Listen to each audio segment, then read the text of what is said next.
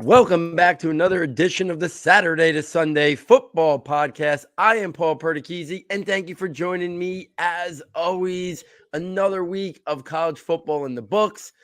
Monday Night Football concluding tonight, another week of the NFL. And as always, so much to break down. I'm really excited to have across the board Mr. Jeff Abercrombie. Jeff, another week of college football in the books. We have a special guest tonight. How are you doing this evening? I'm doing great. I mean, it's right back into the thick of things with Thanksgiving, kids, school, probably hear in the background getting ready for bed. But I'm excited to introduce I guess a new guest for us on Saturday to Sunday, and good friend Erik Kortz at EK Baller on Twitter, and just kind of started his own Devy show called Devy Dose. Erik, got anything you want to plug?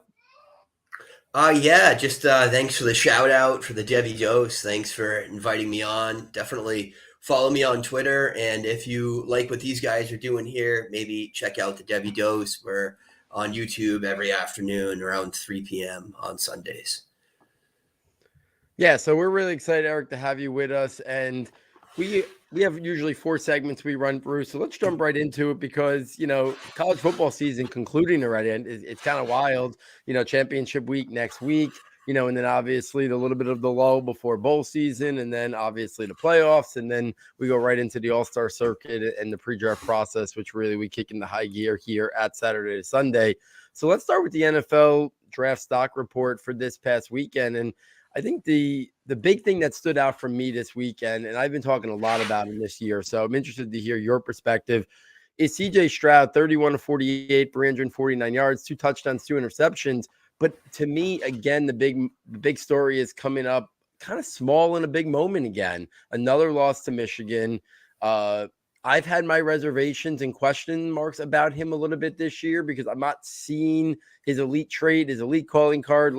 I look at him and think he's got average to above average arm talent, not great athleticism. We haven't seen many guys like that come into the NFL and be successful lately without those special characteristics and traits, one or the other, the elite arm or the athleticism, or in most cases both. Where do you stand on CJ Stroud? Did this week and game against Michigan change your perspective on him a little bit, or maybe just an overall take on CJ Stroud? Yeah, for me, I think it changed my opinion more so on the team and the coaching staff than Stroud. We talked about this a little bit this weekend on my show, and I was like, I need to go watch this game. So that's what I did before this. I rewatched all CJ Stroud's throws in that game, and for 85% of it, he was laser sharp. And I know you said that you don't think he has an elite trait calling card, but his ball placement on a lot of these throws, I think, is truly special. Just, in traffic, contested situations where he's putting it in stride and perfectly placed, where his receiver wants it, or, some of the ones he's dropping over the top on posts or things like that. And I saw that in this game. I saw a lot of beautiful on-time, on-schedule passes. What I think I saw in this game where he started to fall apart a little bit was when he couldn't get in rhythm, right? Because, watching that, definitely a rhythm passer. That offense wants to go, pass. And when he was getting guys in his face, he was struggling a little bit, And I think there's some plays that I watched where his first read wasn't open, his second read wasn't open, and now he kind of gets a little bit panicked in there, and not that I think that he doesn't have the capacity. Maybe he just doesn't get put in those situations. His receivers are always open. He gets very little pressure with that offensive line in a lot of the games this year. I think he just needs to play more in that type of situation and really, earn that skill. I don't know. What did you guys think about it? Did you guys get to go back to that game at all? Well, I think it kind of echoes a little bit of what we said last week on him, where it was last week or 2 weeks ago, and I kind of comped him to essentially Tua as what we can expect from an NFL talent wise, Like that. Yeah. which is, we were disappointed in Tua for a while because he wasn't what everybody build him as, being a top 5 pick. And I think he can be, and I don't use game manager as a derogatory term. Like I think I think Tom Brady is in the game manager mold, and he's the greatest of all time. It just means like he's going to be a distributor of the ball, but he's going to need good ecosystem around him. And that's my one worry, is that he's going to be drafted as a top 5 pick and a savior of the franchise kind of guy. And I think people will not be getting as much as what they're expected to get. Yeah. I think oh, there we go. Sorry, Paul, I didn't mean to hop in, but I really like the analogy to Tua, and that's absolutely where I'm at too, is that he's doing phenomenal in structure. But, I don't know that we know that he can't play off structure. I can't learn to. I just think he hasn't had the opportunity to do it that much yet. And I'll say the other thing that I really like about Stroud is his attitude. Like, look at the contrast between Zach Wilson this past week and CJ Stroud after this game. CJ Stroud's, we lost the game. I didn't play well enough. I have to play better. And, I just think he's got the effort and the attitude and the mindset that NFL coaches are going to want. And sorry. Paul. Yeah, no, I think that was great. Just to clarify, like, it's not necessarily, it wasn't necessarily about, his off structure play, although I think that's a really astute observation for both this game and his season as a whole, and when he plays well versus when he's not. But it's also kind of goes back to Paul's point about just the traits, right? Like, it's not that I think the ball placement is something good, but we don't really see that mobility. We don't see that cannon. We don't see, just that elite level talent, that we see in the type of players that just take over a game, the Josh Allens, right? The Patrick Mahomes. And that's just why I don't think he's going to be, that level of quarterback. He will have to be successful in the NFL. He's going to have to learn how to play out of structure, or else he's going to flame out pretty quick, because you are not going to get as picture perfect as Ohio State is. Every week you're going to get that maybe 1 or 2 weeks in the NFL each year tops. Yeah. And Eric, I think the point you made I'm right there with you. I think he does have great ball placement. I think his distributing skills, almost like as a point guard at Ohio State, are spot on, and he's really good at that. My one concern is what Jeff just brought up, is that he's going to get pushed to the top of the draft, whether it's Houston, whether it's another team picking in the top 5 that needs a quarterback, and he's not going to have that ecosystem around him like he has had at Ohio State. Like Miami put around Tua finally this year, where we've seen Tua develop and grow to be the type of guy who can be a franchise quarterback if those pieces are around it. So my concern is, you mentioned it, right? When his first or second read wasn't there, he looked a little bit, not uncertain of what to do, struggles with pressure is what I've seen. Well, the truth of the matter is, most likely wherever he goes, he's going to have to handle pressure. He's going to have to be able to go through his reads. His receivers aren't going to be nearly as talented relative to the opposition as they are at Ohio State. And that's my one concern, right? Because he doesn't have that escapability. He doesn't have that creativeness about his game, or we haven't seen it yet. And maybe it's in his arsenal. I feel like we would have seen a little bit of it, because I do feel like anytime Ohio State does struggle with pressure against them, he doesn't have his best game. He's a little bit inconsistent. And that's my one thing, where a guy like Joe Burrow, who could live in that world, arm talent and athleticism aren't all that different between Joe Burrow and CJ Stroud, but Joe Burrow stood tall in that pocket. Joe Burrow did not get fazed by pressure at all, and that is translated to the NFL game spot on. So for me, Stroud's got to kind of show and develop that trait, and maybe he can. I just think he's not as clean, I think, as maybe we thought he was going to be when this year started. And I feel like if a team asks him to do too much and doesn't surround him with the right support, he might flame out and not be as good as what we think he could be, based on what we've seen at Ohio State when he's had almost the perfect system around him. So it's going to be interesting. One final counter there. I mean, we talk about him being a top 5 draft pick as a savior of the franchise. Right now, the Lions and the Seattle Seahawks are both picking in the top 5. That's what I was going to say. And they could be, those I think could be good ecosystems. And because they're not bad teams, right? Those are the picks from the Rams and Denver, right? So it could actually be okay for CJ Stroud, but it will have to be something that we pay attention to. Let me move us on to Michael Penix Jr., who just another big game, nearly 500 passing yards. He was 25 of 43. He had 3 touchdowns. He did have a pick, and this, we've talked about him before. We've talked a lot about Will Levis on this show, and us not being, his biggest supporters. I don't know if you're a big Will Levis fan, Eric, if he's really solid at your QB3, but I'm not really sure what's keeping Michael Penix Jr. out of the conversation. So, do you have thoughts on Michael Penix? Yeah, I'm a big Penix fan, and I'm not a big Levis fan. I will say we did some work, and I don't want to derail it, but did some work on Levis earlier in the season, and I was impressed by his growth from last year to this year, but still, that thing that you're saying that CJ Stroud doesn't have, that Joe Burrow does, that like preternatural pocket presence. And that's my favorite Joe Burrow trait. That's my favorite Tom Brady trait too. Just the awareness in the pocket movement. Levis doesn't have it at all. So yeah, and I think he's going to struggle to make the transition. Penix, I think, is a little bit better in that. I wouldn't say that's like an elite trait of his, but he certainly seems to have a little bit of awareness of what's going on. Oh, man, I like his accuracy. I like his ball placement, not to hit the same notes as with Stroud, but I think he has a little bit of those same qualities. And I want to say that's probably how he profiles to the next level.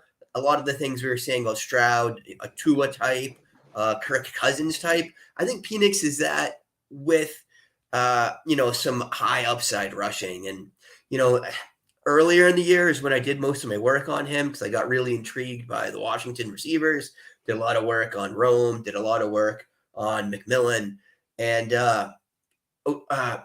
Penix wasn't rushing that much in those games. And I kind of wonder, is that him coming off of multiple knee injuries, being in a new offense, like maybe not trusting his legs as much? And it really seems like he started to use that tool more as the years gone on, which is very exciting to see, because that, what was one of the things that caught my eye about him in Indiana was both had the accuracy, the quick reads, nice release, but had that rushing upside as well. So, I think that he's showing that off as part of his arsenal now.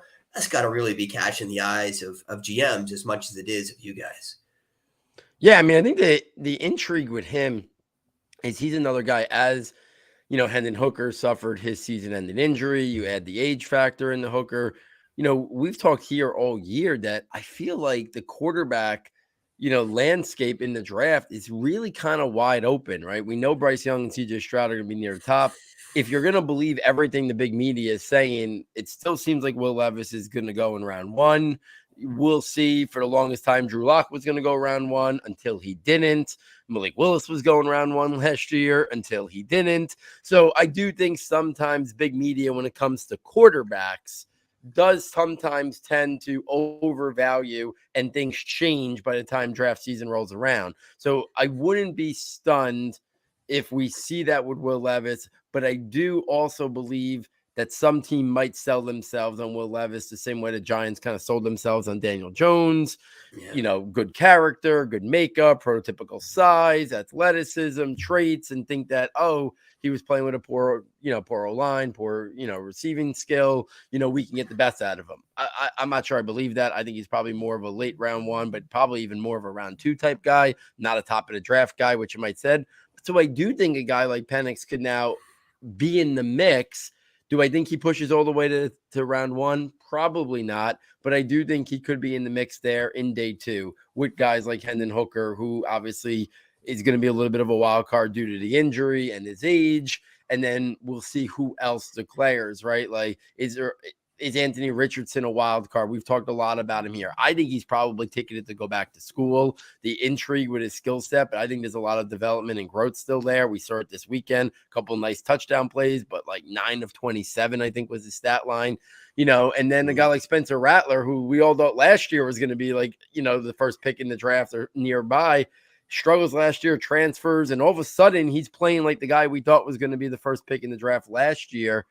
So he could add some mix, to the quarterback as well. So the quarterback landscape is ever changing. And I think Penix has now put himself in the mix to kind of see what the NFL thinks of him.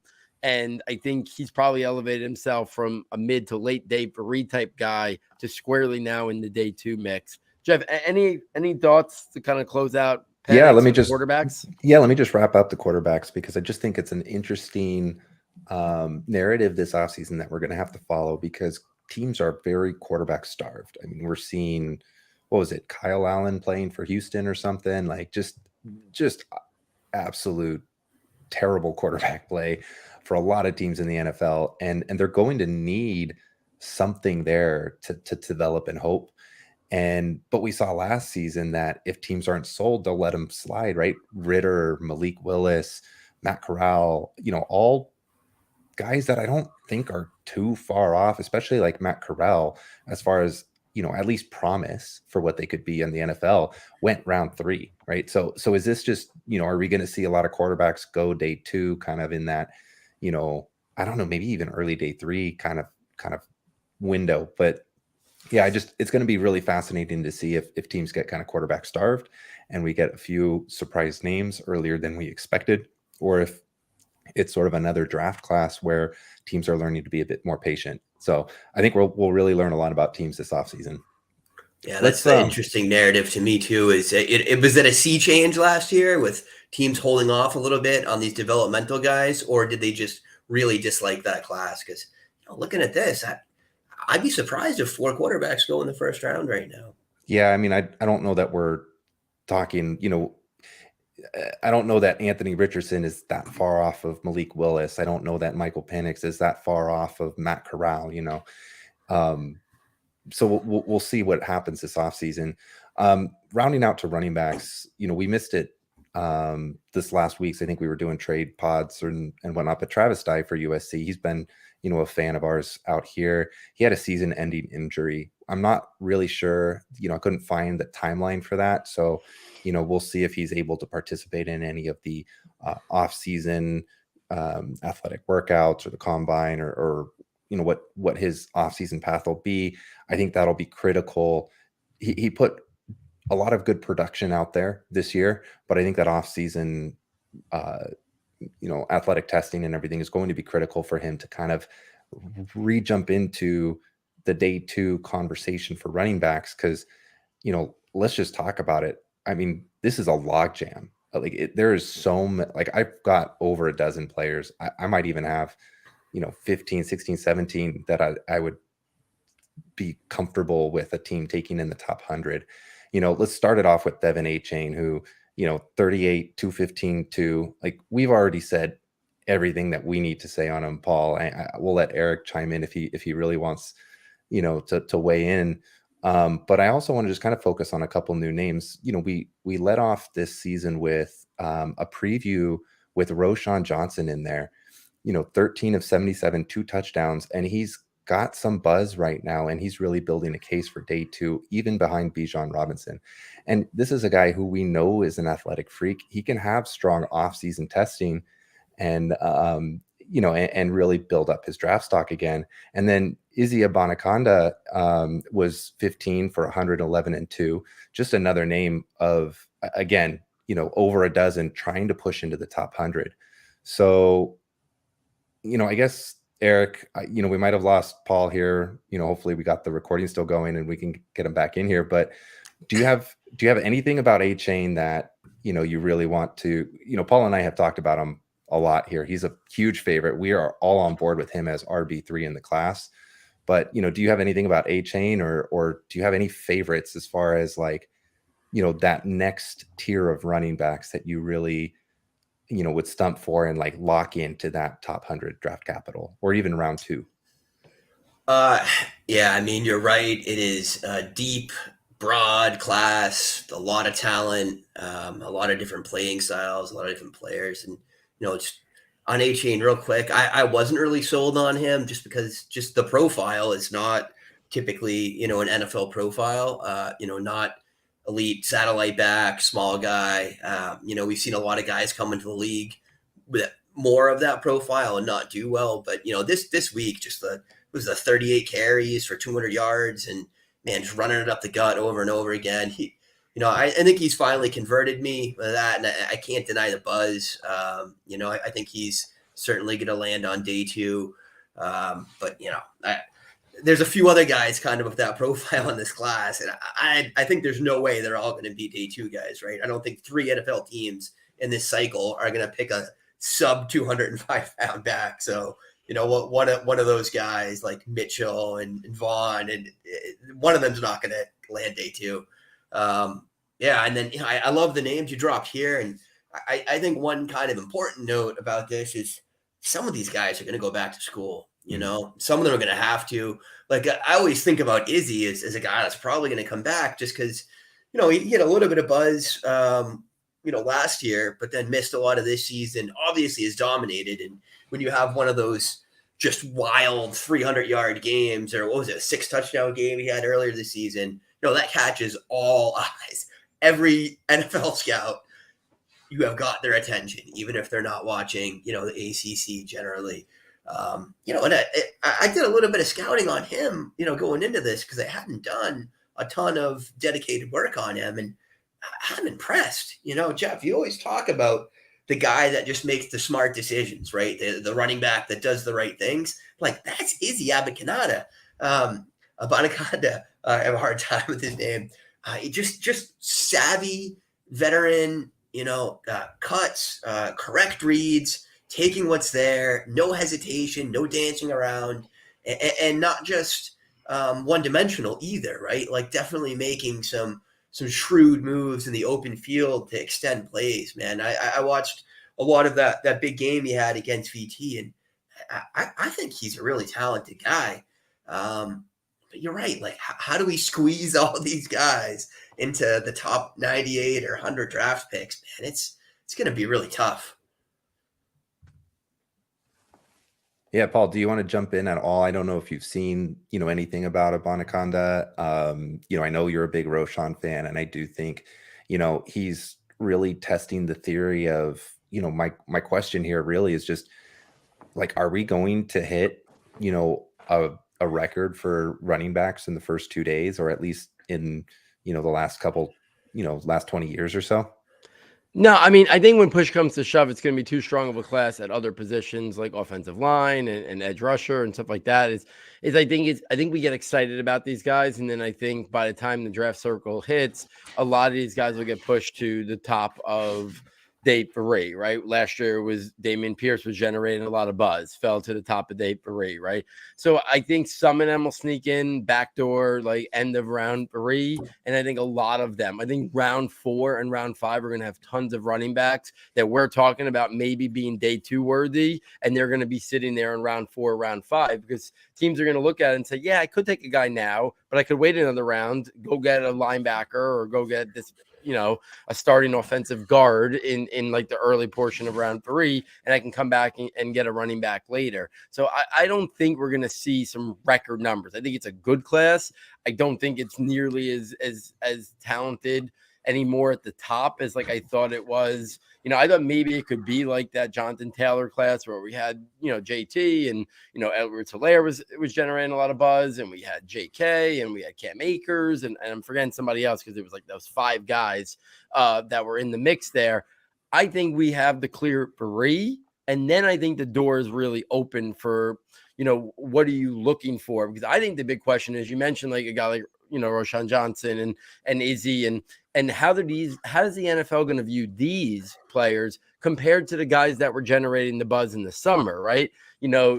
Zach Evans, who basically has lost his job now to a freshman, Tank Bigsby, who has not lived up to expectations this year. Those were guys that we thought were locked in early second round. And now I don't think they're not even locked into day 2 anymore. They could still go on day 2. Maybe they go back to school. Like Erik was saying, some of these guys are going to end up going back to school. So I think we're going to see some guys fall or go back to school who we thought could be day 2 guys. And then some other guys will rise up. I think the top 3 is crystallized at the running back position. I actually would be stunned if in some order, Bijan, Jahmyr Gibbs, Achane is not the first 3 running backs off the board. To me, those guys have kind of separated. And then I think it's really up for grabs depending on what you're looking for. Are you looking for that multifaceted guy? Are you looking for more of a physical bruising type guy? What are you looking for? I think that it's really up for grabs now in terms of how the NFL can view, what do you want to call it, tier 2, tier 3, tier 4. There's so many tiers that can make up that mid-second round, late second round, third round, early day 3. It's going to be what teams are particularly looking for, I think, when it comes to the running backs. The only one who's pushed his conversation, his name into that conversation for me in that top level is Blake Corum, though. His season has been one where, he has made the case. Whether that actually results in him kind of finding his way up into their tier of draft class, or in the early day 2 level, or whether it's that kind of still puts him only on the top of round 3, that's to be seen. But I think he's made that case. I don't know, maybe if you want to just pick one of those names, Eric. I know you're a big Zach Evans believer. Does that hurt you to say, do you think the NFL is going to overlook this? Or is there another name that you really want to hit? I know we've gone back and forth on Charbonnet a bunch. Deuce Vaughn's my favorite, but where do you want to take this as far as the running backs go? Yeah, I mean, I think I have a couple general points on this discussion that are interesting to me, and not to derail a little bit, but I mean, for one, if you're that NFL team and it's the second round or the third round, and you're trying to take a guy. You're trying to take a guy that has differentiated himself as what you want in a manner that that's providing something that you think the guys in 5, 6, and 7 can't, right? You guys like to talk about elite traits a lot.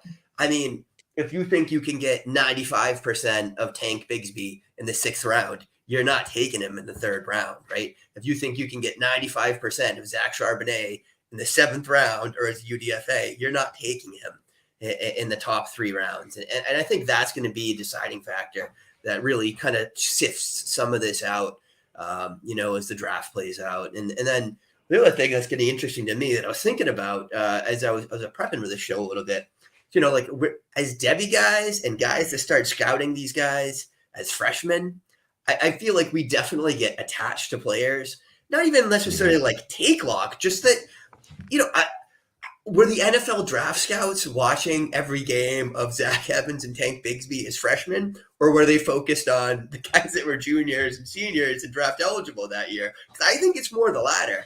I don't even think it's recency bias, but I think that, as guys that this is what we do, and maybe we're in Campus to Canton or we're Devy leagues, we're looking for these guys that emerge early. And I don't think the NFL cares about that nearly as much as we do. So it's going to be interesting for me. Do they value guys that are late risers more over the guys that were, really solid producers as freshmen and sophomores, and then maybe had a falling off this year, like a Zach Evans, I think is, the big one, or is the NFL going to prefer a Kenny McIntosh, who really didn't do much, had some nice games last year, but no dominant production, no taking over of his backfield really until this year, over a guy like Zach Evans, who was the guy at TCU, who was phenomenal last year, who has great peripherals and secondary metrics across the board at TCU, and then maybe has stumbled a little bit this season. And then I don't know, just looking at these names, the 2 guys that interest me most to, do a 15 seconds on are Kenny McIntosh, because I do, I did a little more film on him, and I've done it earlier this season as well, just when he started to break out, really see what's going on with this guy. And there's a lot of impressive traits with him too. A lot of great moves, a lot of ways to create on his own at the second level, whether just violent running, dragging guys, even though he's not that big, or the shimmies and a little more of the, outsmarting and out agiling, the defenders, and then the soft hands, with NFL size. I think he's a profile that teams are going to be looking for. I do have a little bit of a fear of him just not testing well. He doesn't always look very explosive. Doesn't look like he's a burner on the top speed. So he's a guy that, if he does show those things more than I think, could really be a riser. But, if he runs a 4.58, he might find himself more of a round 4 guy. And then the big guy for me that cemented his draft stock this year is Zach Charbonnet. He's a guy that a lot of us thought he could have been, a round 4 pick last year. Maybe he could have snuck into round 3 with, how weak that class wound up being. Zach Charbonnet or Rashad White, is he really, a tier down from that? I think he's shown everything we wanted him to show this year. More receiving work, more maturity. I think he's a very smart runner. I think he makes the right reads. I think he hits the hole hard. I think he's got really good speed for a bigger back. I don't know that I profile him as, a top 15 or 20 running back in the NFL walking in, but I certainly think that size, speed, hands, production combination is definitely going to be enough to land him 3rd round or better draft capital this year.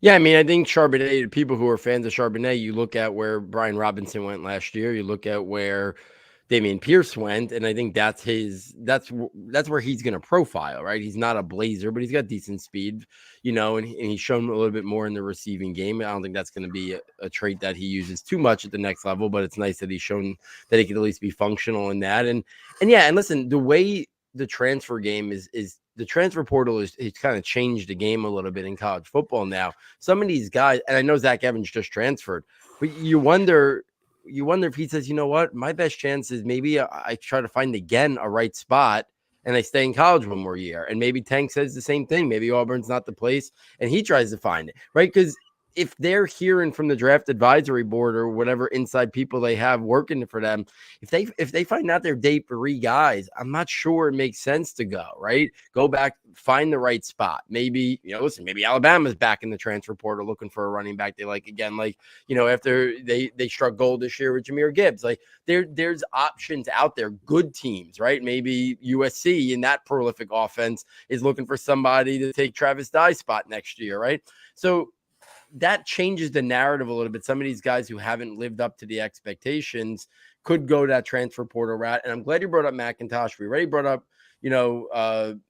Roschon earlier. Those are 2 guys that when Dane Brugler was on the show earlier in the year, and I think he's plugged in as good as anybody on the media side of it. Those are 2 guys that he said NFL teams were already intrigued with back in September and August. So now they've both kind of showed well this year that I think those are 2 guys that really haven't been in the Devy circles in the conversation much.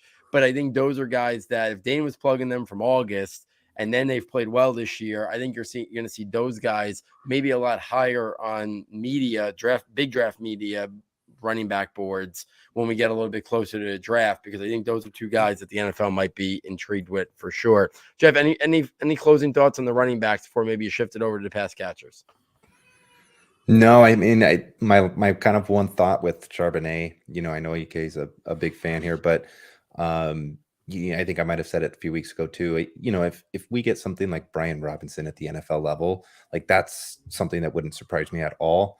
I just don't know, again, if I see the things that make him stand out. He's like the CJ Stroud of running backs, but maybe a little, not worth the top 5 pick kind of thing, but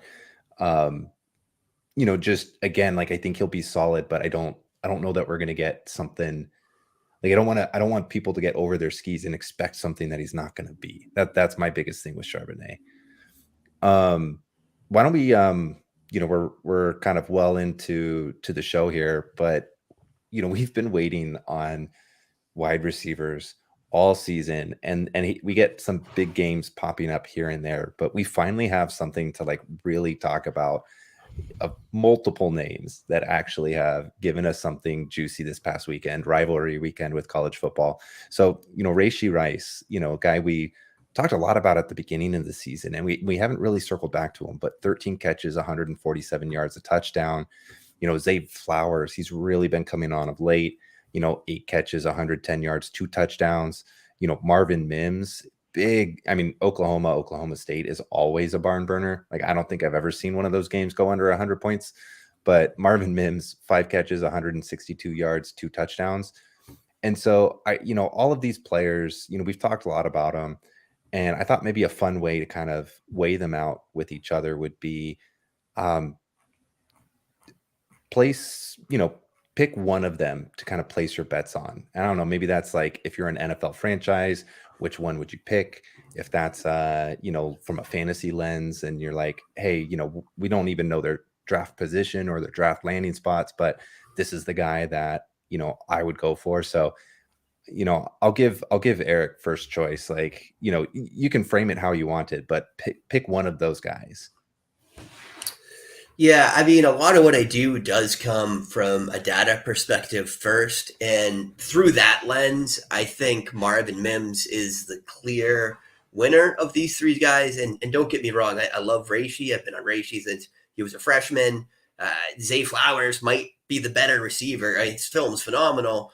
But Mims has had solid underlying peripheral metrics his whole career, freshman breakout. Excellent efficiency, yards per route run, receiving yards per team pass attempt, like the big metrics that tend to correlate really well to future success. He has always stood out in. I have some questions about him. Why hasn't he been able to, dominate the room last year? Mario came in and took a lot of his work. But, at the end of the day, like for me, if you're looking through a data lens, you have to let the data be the data, right? And when the data sends you a signal that says, hey, this player is likely to go on and succeed to the next level, you got to take that for what it is. And it's not like he doesn't have some phenomenal traits as well. I mean, you guys come from more of a film perspective and, he's got some awesome body control. He runs crisp routes. He gets separation, contested catches for a little guy. Like you love seeing that my ball mentality. So I think, you got to put chips on one right now. He's going to be my go-to, but man, I could make arguments for any of these three guys really easily. Paul, you're next. Yeah, I mean, I do like all of these guys. So this is kind of a tricky spot. I've been impressed with Flowers this year, and coming back from, I thought last year, he just did not look explosive. He looks back to being the player who I scouted the previous summer. But I think if I'm going to say the guy who is going to garner the highest draft capital, and I'll preface it that way, the guy who I think has stood out the most and is going to garner the most draft capital is Rashee Rice. I think he is going to be, arguably the star of the wide receiver position at the Senior Bowl. And I think that is going to generate a lot of buzz in the pre-draft circles. I think he's going to be the first senior wide receiver that comes off the board.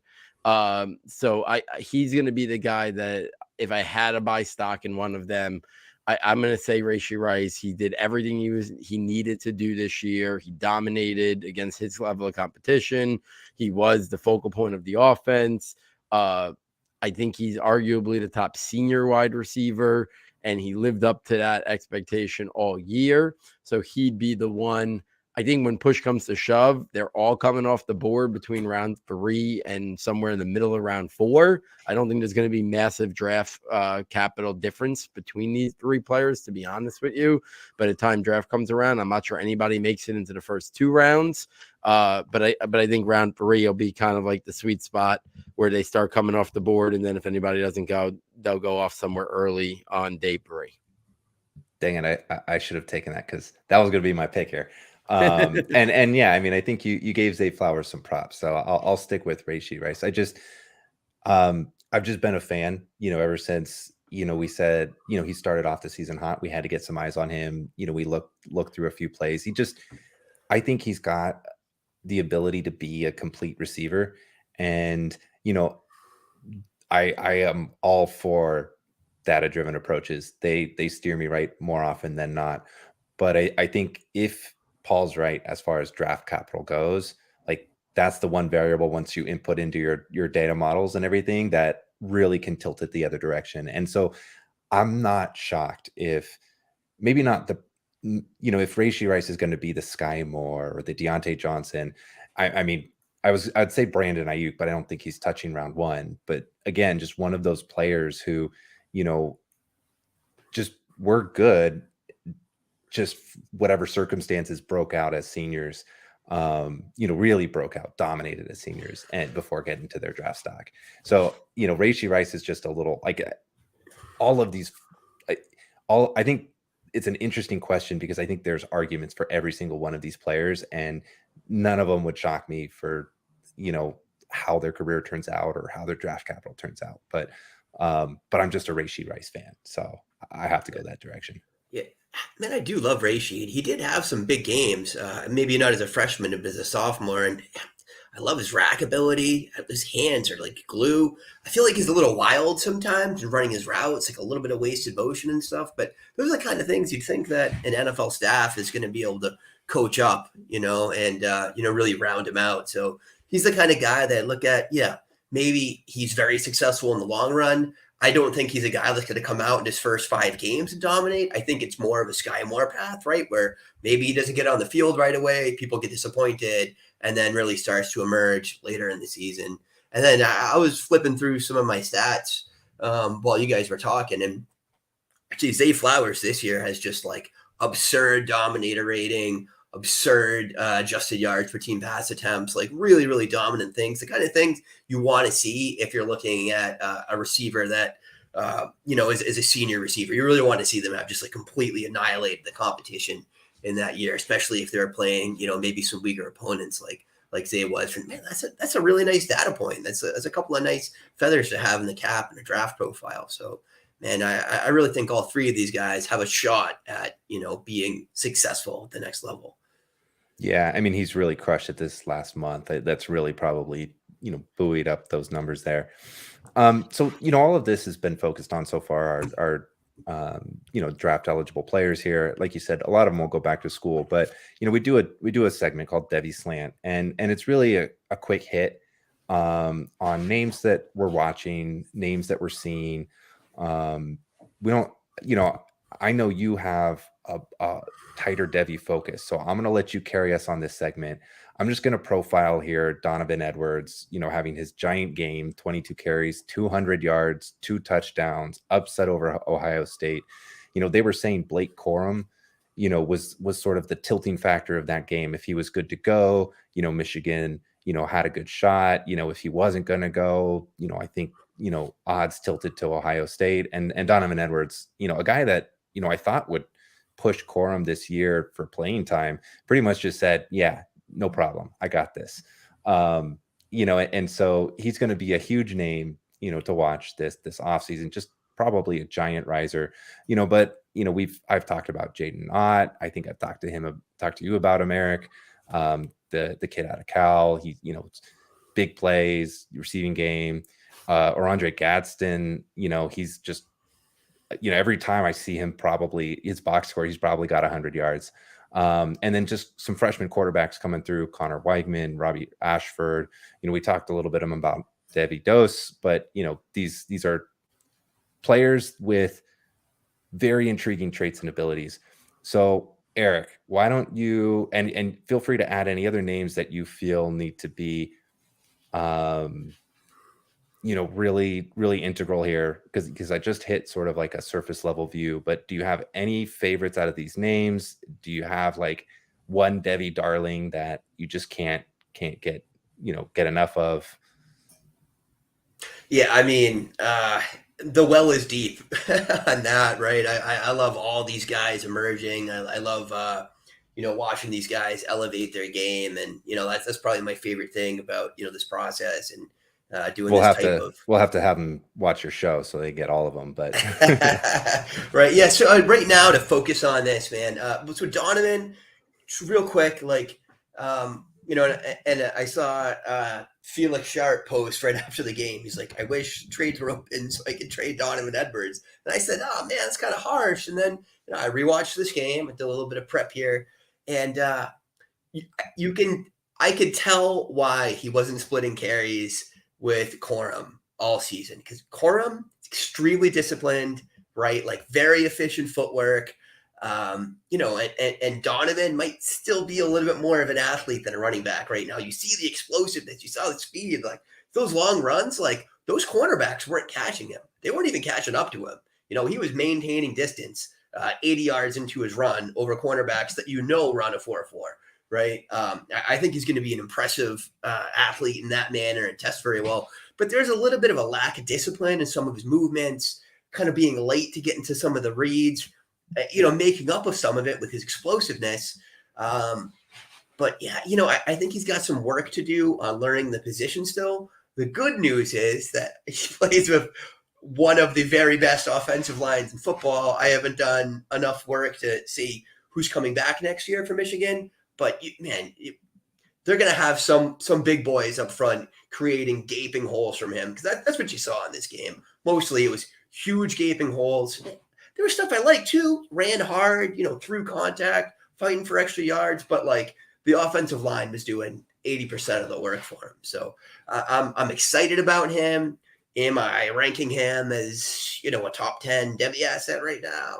Nah, probably not. He might get there if he improves on some of the, the skills of being a running back.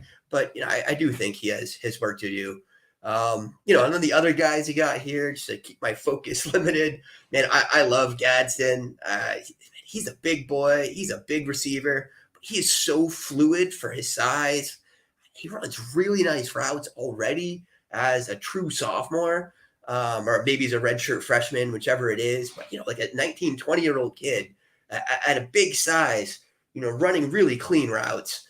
Man, I love to see that. And, his ability on tested catches and high pointing the ball, I think he's going to be a really special talent. I think he's one of those guys that there's very little buzz about him right now, but he has all the assets, all the clubs in his bag to become a serious wide receiver and someone we're talking about for the draft next year. There's some things still. He's mostly a slot guy right now, kind of like a hybrid move tight end. They had him listed as a tight end at Syracuse at the beginning of the season, but he's not a tight end. He's a big power wide receiver. I'd really love to see him get some outside work, because that's like we've talked about it, like a Jalen Hyatt, right? Like, why isn't Jalen Hyatt going to be a top sought after wide receiver? He's mostly a sock guy, and that dings your stock a little bit. So, man, but I love these names. I could talk about all of them for an hour, but I'll pass it off. Tune in at 3 Eastern on Sundays, right? Yes, sir. Paul, why don't you transition us over to the rookie report and just hit on a couple quick names for that played big this past Sunday? Yeah, Eric, thanks so much for breaking down some of those Devy guys there. That's definitely something that Jeff and I, talk a little bit about, but getting your perspective as somebody who really digs deep into the underclassmen is great insight. So I greatly appreciate that. I'm sure our audience will love it as well. If we transition over to the NFL rookie report, a couple things that stood out, and then I'm gonna bring it over to you guys as well, kind of do what we kind of did before with the, pick a wide receiver to buy. I'm gonna phrase a question about some of the rookie running backs in one moment, but some things that stood out in the NFL rookie report at the wide receivers. I don't think there's a lot to talk about. Treylon Burks, you're starting to see integrate himself a little bit more. They're using him a little bit down the field, which is something that I didn't think we'd see too much this year. But I do. When he got drafted, I thought it was a perfect landing spot because similar to how they brought A.J. Brown along, a lot off quick slants, play action. I think Treylon Burks is starting to emerge there in that offense that's run heavy with a lot of play action. Garrett Wilson, with Mike White under center. Big game, 8 for 95 and 2. Yards are a little bit skewed where defensive back fell down on one of those big touchdown plays. But, I mean, we know he's the goods. He is dramatically separated himself from Elijah Moore there. That was a lot of talk before the season started in terms of how close those were in dynasty circles. And then Christian Watson, another big play yesterday, hit a crosser and then found daylight down the sidelines using that speed. Every time I watch him, he reminds me so much of like good Martavius Bryant in terms of his best traits and skill sets. So I don't think there's a lot to talk about those wide receivers, but where I do want to kind of shift the attention for the rest of the rookie report is to the running backs. A name that we haven't talked about all year, Zonovan Bam Knight, formerly of NC State, 14 carries, 69 yards. He might get a chance here a little bit down the stretch here. Michael Carter got injured. We know Bruce Hall is out. Seems like the Jets have already soured on James Robinson. Another team, now thinks he's just a guy. which I think that was what Jacksonville saw as well. And now Donovan Knight got a chance to play this week, and I think he might get a little bit of a chance. So he's a deep stash. I don't think he has a lot of long-term staying value based on the fact that Breece Hall's there, Michael Carter's there. But he could be a guy that maybe helps down the stretch of this year, and then maybe, who knows, put him on a taxi squad or something like that. But where I really want to turn the attention is Brian Robinson this past week, 18 carries, 105 yards and a touchdown, 2 catches, 20 yards and a touchdown. Best game of his short NFL career. Rachaad White got an opportunity to be the bell cow for Tampa Bay, 14 carries, 64 yards, and then 9 catches for 45 yards. We knew that was going to be his bread and butter. It has materialized into that. Dameon Pierce really struggled, only 5 carries for 8 yards. We saw this kind of the writing on the wall. Houston turned to Kyle Allen. That went as successful as we all thought it would be, which was not. And then Isaiah Pacheco is now the clear guy, especially with Clyde Edwards-Helaire injured. 22 carries, 69 yards, and a touchdown. So, Eric, let me bring it over to you. Those 4 guys, Brian Robinson, Rachaad White, Dameon Pierce, Isaiah Pacheco. Is there one of them that you feel strongly about that you either would say, I want to buy right now for Dynasty, or I want to sell right now for Dynasty? Is there one of those 4 guys that, based on what's currently happening, you'd be looking to either buy, or you'd be saying, you know what, I think now's the time to sell. I feel like his value is only going to decrease. I want to get out right now. Well, institutionally, any of these day 3 guys that are blowing up, you want to get them. You want to get off. You want to get a 2. You want to trade it for an underperforming, trade it for, John Mechie or something like that. Elijah right? Moore, yeah. Elijah Moore, right? Like, you want to get him off your roster. Pierce, obviously a lot of people, loved him in the scouting community. He does a lot of things, but they're not married to him. It takes a few games like this and, maybe some change ups in the back office, and, he's getting replaced next year. Look at Michael Carter. Like, that's the exact picture of why you don't overinvest in a day 3 running back. And, Pacheco, you guys are draft scouts. Pacheco is a great athlete who was like a decent running back. And I think that's still what we're seeing. He just got the speed, he's got some power, but, he doesn't have all the instincts that, a really high level asset does. We could go deep into the discussion of how much talent does a running back need to be successful, particularly in a Kansas City style offense. And, but, look what happened this week, right? Now, Jeff put it in the show sheet as we were talking. They picked up a veteran back off the wire. And I think a couple weeks from now, I'm not saying it's going to be the Melvin Gordon show, but it ain't going to be the Isaiah Pacheco show either. It's going to be timeshare, for a reason. There's a reason he was a day 3 back. The guys here that I was the biggest on coming into the season, it really was Rachaad White. His explosiveness, he tested awesome. And the pass catching chops he showed in college, that paired with a lot of, again, data, like a lot of the peripheral metrics that looked really, really good. And him coming out even before he got the draft capital, really led me to fall in love with him. His peripherals in the NFL right now, okay, like missed forced tackles, pretty bad, like less than 1 an attempt. Yards after contact, also pretty weak, but the sample size is small. And you know what? That doesn't necessarily need to be the running back that he is. He's the guy that you don't hit in the first place. He's the guy that explodes into space for a 10 and 12 yard run, right? Not the guy that's rolling through the scrum, breaking 3 tackles to get 6 yards. That's not who he is. That's not what they want him to be. They want him to be the receiving back. They want him to be hyper athletic James White with some power, right? And that's what this guy is. So I'm a big fan of White. I am a little bit, I don't know if he's going to be a workhorse. So speaking in dynasty terms, if I can sell him to somebody that thinks he's going to be a workhorse, that's going to give me a really strong return on him, or on a team that I'm just rebuilding and, he's not doing anything for me this year, and I can flip him into a later asset and something else to add some value, that's probably a good idea. I just don't think he's going to be a top 12 dynasty back, but I don't know. It depends who's throwing the ball there, right? If he's getting 9 dump offs a game and running real routes and slants because he's got a Tom Brady type at quarterback, he could have some staying power. Brian Robinson, I don't know. It sounds like you guys are maybe a little bigger fans of his than mine. I feel like he's a little bit of a plotter. Definitely the guy that makes the smart decisions, a competent running back. I just don't think he's going to be. I don't think he's going to be a high level performer. He doesn't have special to me, right? So if I can sell him to somebody, get like any kind of first round pick for him ever, or a high second coming into this class, where we're going to get guys like Henry Miller and so on, and awesome wide receivers in the beginning of the second round, I'm probably making that move too. Yeah, I mean, Eric, I kind of agree with almost everything you just said there.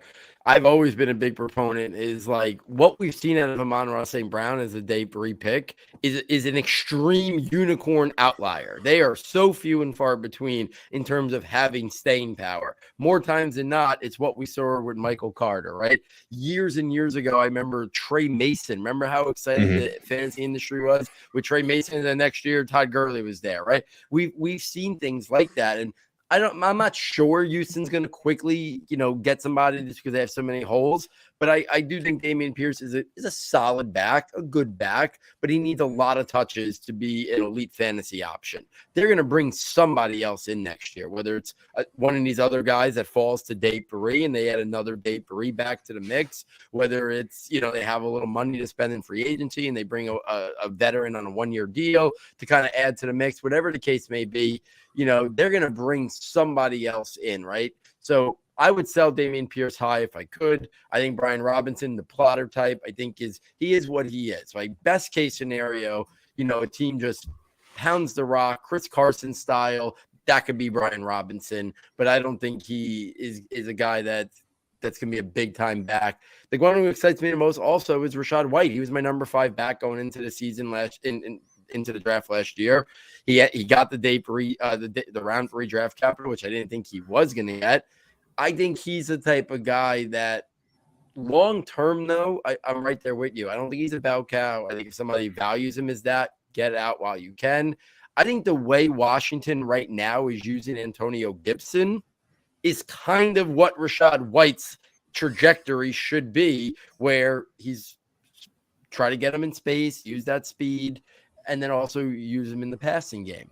I think he could be probably a low-end RB2 in PPR leagues, maybe a mid RB2, sometimes. But if a team really thinks, if he finishes this year strongly, let's say they really decide that they're not going to, feature Leonard Fournette too much anymore, and he finishes strong and he goes into the offseason generating a lot of buzz, I'm right there with you. I'd be looking to move on from him as well. And Pacheco's a nice story, but I think we know KC's not afraid to make moves to add to their repertoire of offensive skill players. Even if he'll be back next year, but my guess is they'll add somebody to the mix that very much pushes him.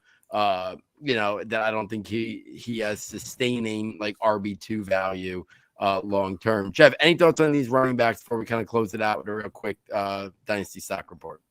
Yeah, you mentioned it just at the top. I'll circle all the way back around and just say I think Zonovan Knight is worth a pickup. It sounds like he earned his playing time over James Robinson. His effort, his work, and he had the opportunity with injury. He took over and he played a good game. And I think the Jets have a nice schedule. They're trying to compete. They put Mike White in there. They're trying to win. I think he could really boost his draft stock.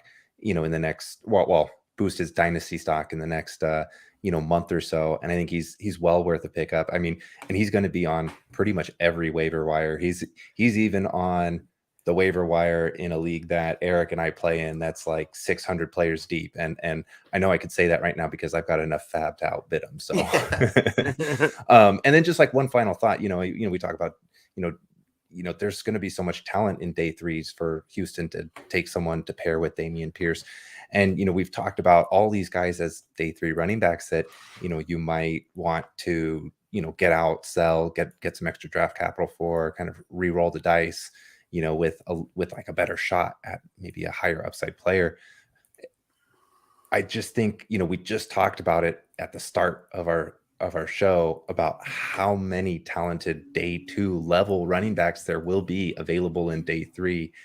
And it's going to be a real challenge, I think, this year to to trust whether I stick to that rubric of it's a day 3 investment. You can't count on a day 3 investment versus, that usually is paired with day 3 talent. And in this case, we're going to see in this 2023 draft class, day 2 talent. Like if Zach Evans goes at the top of round 4, he's like a round 2 running back talent in my eyes still. It's his season has not necessarily unfolded in a way that he's going to get it, but that's going to be a huge challenge for me to navigate this next offseason. So why don't we go right in and let's do quick hits. So maybe we'll hit just quarterback, running back real quick. Thoughts. Why don't we just quarterbacks? We got 2 guys going in opposite directions. So this was a Trevor Lawrence breakout game. 4th quarter comeback over Baltimore, 29 of 37, 321 yards, 3 touchdowns. This is the Trevor Lawrence that, thank you, Doug Peterson, for really helping us, finally see, the promise of what was with Mr. Generational there. And then just on the other spectrum, I'm a fan of not letting your rookie quarterback struggle or second year quarterback struggle. But, Zach Wilson, a complete inactive. His previous games were tough, Denver, Buffalo, New England, like really tough defenses. And then Mike White gets put in against this just 31st and 32nd in every single ranked metric Chicago defense. But honestly, I think that's just an excuse. I think Mike White personally, and this, I'll say this, and then I'll turn it over to you guys, and you could talk about either of these players, but I think Mike White just plays the position better. Like Zach Wilson has the tools. Mike White's playing the position better. He did last year. He steps right in doing it this year. And like his teammates think the same thing, man. You just listen to the interviews with the other Jets players out there. They think Mike White, they think Mike White's the better player too. Yeah. I mean, sorry, you go, Paul. Yeah, I was just going to say they're in a really, really tough spot because they invested the 2nd pick in the draft in Zach Wilson. No team who invests that high of a draft capital wants to admit they admit that the guy is a complete bust. But the Jets are really a good team right now. Like their young players have really developed and they're a good team ready to win. So like it's a really tough spot, right? We talked about this, last summer, Jeff, about San Francisco, right? Where Trey Lance was the guy with the tools, but the team knew Jimmy Garoppolo could lead them really far and gave them the best chance to win early in the season. And that's kind of why they kind of sent him basically to Siberia. And we didn't think he was going to be back because they didn't want to create that tension in the locker room and have a divide. Well, in the Jet situation, the front office probably wants Zach Wilson to get the job back sooner rather than later and hope that he's not this colossal bust. But it's hard to do that when he can't make simple reads and simple throws. And then Mike White comes in and does do that. So it's a tough spot. The Jets, it's interesting in New York here, obviously a lot of attention to it. A lot of beat writers still think that they're going to look to get Zach Wilson back on the field and think that unless Mike White plays really good in these games against Minnesota and Buffalo, that might be their excuse to get him back on the field. But if he plays really well in those games against teams that are much better, it's going to be hard to go back to Zach Wilson, and we might not see him again until next year. For fantasy, I mean, I don't even think Zach Wilson is on the radar. It's more of just like big picture thing. And then Trevor Lawrence, if you throw out last year and just kind of say, this is his rookie year, they got him some weapons. I think they'll continue to build around him. Next year, they got Calvin Ridley coming in next year to add to that offense. So I think they're doing right by him. I think we're seeing him emerge, which is nice, right? Because we've seen some glimpses out of Fields. We've seen morning glimpses. We've seen that shift of Fields before the injury. Now we're seeing Trevor Lawrence take the step. We were so high on that quarterback class last year. We still might get Lawrence, Fields, and hopefully down the line, Trey Lance to live up to the lofty expectations we put on them last year. I know here at Saturday Sunday, we were lukewarm on Zach Wilson. That's seeming kind of right now. We were lukewarm on Mac Jones. He outperformed last year, but those initial takes were kind of looking like they were kind of spot on as well. So, Eric, thoughts on Trevor, Zach Wilson, anywhere you want to go with those two. Yeah, I mean, I'm pretty much right in line with you. I never liked Wilson specifically because he got away with atrocious decision making all the time in college, relying on his arm talent and just getting away with things because of inferior defensive play by his opponents. And, it came into the NFL and whoopsies, you can't do that anymore because you don't have the time. The DBs are just seeing what's going on, picking your passes off. There's pass rush on you.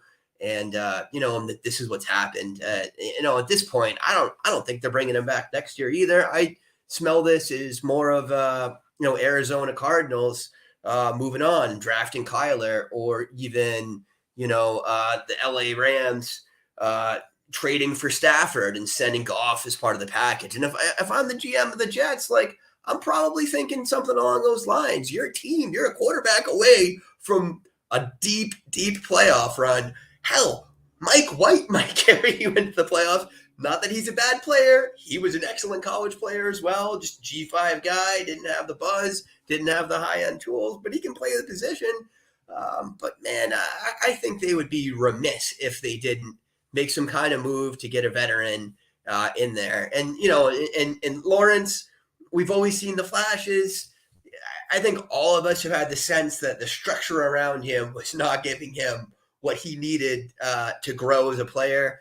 Man, whether it's Ridley and Ridley comes back to form, or if they go out and acquire a real wide receiver one for him, man, he's going to be a top 5 fantasy quarterback next year. That's all he needs is the elite pass catching talent. He made Zay Jones a superstar this week. Yeah, that's talent, Zay was solid last year too, a little bit, but he's fine. Yeah, but Ridley is really the thing that people forget with him, and I think he's going to be great. I think he's still going to be a good player, I think, and it's just going to take that offense to another level. One final thought, as far as Zach Wilson goes, I mean, you said it, his play style at college, how he's trying to take that to the NFL. I just thought it was the absolute worst fit schematically between Zach Wilson and a Kyle Shanahan style offense, not just because of his tendencies on where he throws, but even, he'll throw to the sidelines, not over the middle, like with crossers. He doesn't make smart decisions. That's all. You just need a computer to run the ball distribution in a Kyle Shanahan offense. So Jimmy Garoppolo, your 2023 New York Jets starter, as I think San Francisco's still married to Trey Lance. We're running long, so let's just one final thought, because these are 2 of my favorite running backs in the league. They were 2 of my favorite running backs in their draft classes, and I think Nick Chubb's on his. Josh Jacobs is about to get the bag for his.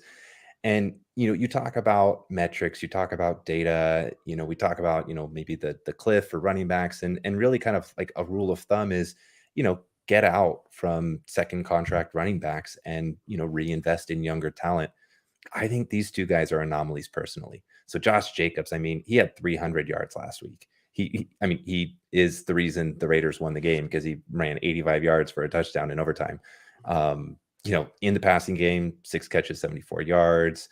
Nick Chubb as well, same thing. Won the game in overtime with his touchdown. 26 carries, 116 yards in his touchdown. So, I mean, are you with me? Like, do you have that same kind of general rule that you got to get out from running backs before too long, and that second contracts that that indication of there might be only a year or 2 left? Like, do you think Jacobs and Chubb only have a year or 2 left, or are these guys are these the Kamara, CMC kind of talented backs that have kind of produced for, like, Derrick Henry's years into their second contract and still at a high level of play? Well, I don't think they're the same player. I get why you're grouping them in this conversation. I think Nick Chubb is a special athlete. Everything about playing the position he does extremely well. The stuff between the ears, and then also he's just extraordinarily gifted physically. So I think he's on more I think Derrick Henry is the career path comp for him almost, just because Derrick Henry, freak athlete, really smart runner, set up for success. And then obviously Chubb has a top 6 NFL quarterback coming in. So, that offense is going to get really, really interesting here. Yeah, for me in Dynasty, it's about value, right? And I think at least the leagues that I play in, these running backs at 26 years old are lepers, right? Like, people are throwing them off of the rosters. A lot of Dynasty players, the guys that want to youth chase, they want to flip the roster. They want to do what you're saying. So if you're in a league like that and you can get a discount on a Nick Chubb, you could have bought Josh Jacobs in almost any league for a single first-round pick coming into the season. I guarantee you were probably getting him at like a 2 seconds value in a lot of, or like a 112 value in a lot of leagues this year. Obviously that ain't gonna happen now, but I still think people are gonna have a little bit of that just anchoring where they value him a little bit less than the Breece Halls and the Austin Ecklers even. So I still think you can get him at some kind of value, relatively speaking, right now. And then, am I actively pursuing that? What's it going to cost me, and what's my team look like? That's the answer to every single Dynasty question for me is, what's it going to cost me? What does my team need? What are my realistic chances of winning a chip this year? If I have a team that it maybe was struggling this year, but it's going to be strong next year, like, heck yeah, I'm trying to add those guys. If I'm going to rebuild, I'm trying to get them off my roster. So a little bit. Cost value aside, it sounds like you're well on the Nick Chubb is an anomaly freak. He's going to be good. He's going to be good for a while. Do you think Josh Jacobs has, we don't know where he's going to play, but do you think he has, there's the 1 to 2 years kind of window that might be traditional for, most running backs of his pedigree? Or do you think he's kind of establishing himself as somebody who could be good 2, 3, 4 years down the road still from a production standpoint? He does a lot of the technical stuff very well, in terms of making smart reads, avoiding the direct hits, edging out of contact, that kind of thing. But running back is so much about situation that I feel like Josh Jacobs is a giant question mark right now. Like, are they going to re-sign him? If they do re-sign him, is the coaching staff still there 18 months from now? Like, we don't know a lot of the answers to these questions. And I feel like, without me having data in front of me right now, the history of running backs switching teams and really hammering isn't that great. So you guys might have some light to shed on that too, but that would make me a little bit nervous to invest in him. But I definitely would want to see the situation and be able to make a read on it before I did that. Yeah, I think the one thing I'll say about Josh Jacobs is I loved him coming out of college, and for the first 3 years of his career, I thought Las Vegas truly just didn't utilize him the right way. Like, he should have been a guy that was much more active and involved in the passing game. They kind of just turned him into like this 2-down grinder, like between the tackles. And I thought his skill set was much more versatile. And maybe they didn't even realize that it was as versatile as it was. And that's why they didn't pick up the 5th-year option. I kind of think he's going to end up being back there. They're very much a win-now team. I think they're going to give Josh McDaniels another year. I don't think they're going to hit the reset button. They gave up 2 first-round picks, if I remember correctly, for Devontae Adams. Like, they're all in to try to turn this around. I think they're going to end up bringing him back. And he's only 24 years old. Next year, he doesn't turn 25 until February. So next year will be his age 25 season. He'll probably sign a 4-year deal. Most of his guaranteed money will be in the first 3 years. And I think I would feel comfortable saying he's going to be a good back. Now, again, good is it could be loosely defined there, right? So I'm not going to sit here and say he's locked to be an RB1 because I think there's too much fluctuation in running backs. But I feel confident saying that he's going to be looked at to ask to be a lead guy of a backfield for the next 3 years, wherever he signs, whether it's back with Vegas, whether it's another team making a strong investment in him. I think he's going to be looked at for age 25, 26, 27 to be a guy for at least 2, if not 3 years, probably sign a 4-year deal with that last year, probably mostly be phony money. By then, a team probably can get out of that deal with most contracts they can in that last year or so. So I think Nick Chubb, I like the comp to Derrick Henry. I think that's the kind of trajectory his career could kind of be playing itself out. Nick Chubb, I think a little bit more injury prone than a guy like Derrick Henry, but he's just, like you said, a physical monster, an athletic, specimen. So I think it's going to be really interesting to kind of see how they play it next year without Kareem Hunt there, because I think that's pretty obvious that Kareem Hunt won't be there. So what do they want to take off his plate? Do they bring someone in to kind of just take the Kareem Hunt touches? Do some of those rushes go towards Nick Chubb and he has more rushes next year than he's ever had in his career? I don't think that's added a realm of possibility. Do they really do treat him like Derrick Henry? And then we see some of the, maybe his best statistical output. I think that's to be determined.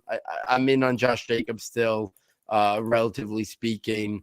I do think we've seen a lot of movement in running backs, and he's kind of elevated himself now. And, other people will gravitate more towards the younger guys. And I'm not sure, I think we like to look really far out, and I don't really think we should when it comes to the running back position, right? Because, I'm sure Javonte Williams is going to be still much more highly regarded in dynasty circles than Josh Jacobs, and I'm not really sure he should be. Javonte Williams has never shown us that he could be a bell cow. He couldn't do it in college. Denver refused to let him do it when he was there. Now he's coming off a major knee injury. Is it possible he's back next year and he's elite? I don't know. I mean, do we think Javonte Williams ever has a season that Josh Jacobs just did this year? I would probably lean on the side of no, right? So but he's going to be valued much higher. So going back to Eric's point originally, I still think Josh Jacobs will be there for the taking because people kind of have a sour taste in their mouth about him, and they might just write this off as, oh, he was good for a handful of games. He really dominated, but we don't buy into him long-term or whatever, or the free agent uncertainty could create a buying window for him. I would try to take advantage of that if that situation arises in your own dynasty league. So, guys, there it is. Dynasty Stock Report, NFL Rookie Report, Devy Slant, NFL Draft Stock Report for this past week. Erik, thank you so much for joining Jeff and I. It was a pleasure to have you on. Please, again, let our audience know where they can follow you on Twitter and anything else you want to plug. Make sure you're checking out Erik's work, the podcast. Erik, the floor is yours. Let the audience know where they can find you and all your work. Yeah, thanks again, Paul, Jeff. Always a good time. I appreciate you guys having me on. Definitely follow me at EK Baller on Twitter. The show is linked there. It is the Devy Dose, recording every Sunday. That's my main focus right now. But I also write a lot of articles for Dynasty Nerds. As we get into draft season, I tend to do a lot of profiles and draft content. And then the other thing too, if you do like watching film, you do like doing your own scouting, my channel has a endless library of free scouting films. I do ask you hit the like and you subscribe so that someday we can turn that thing into something that maybe makes 5 cents a show or something. But again, really appreciate you guys having me on, and it's been a great time. Absolutely. Erik, we'll definitely make sure we get you back for some more spots here because it was definitely fun talking to you. Jeff, any final thoughts? No, just an absolute pleasure, Erik. We've been back and forth, all over the place, but, to really get you here on a pod, I appreciate all your insight, both the data and the film-driven approach pushed together. And, I think, we talk, when we talk more college, and there's going to be a lot of fun episodes this off season. I think that we'll have to get you back in for and get some insights on. Absolutely. I'm here for you. Awesome. Looking forward to it. So on behalf of Erik, on behalf of Jeff, and our sound tech engineer, David Nicano, thank you for joining us. And we look forward next time taking you from Saturday to Sunday.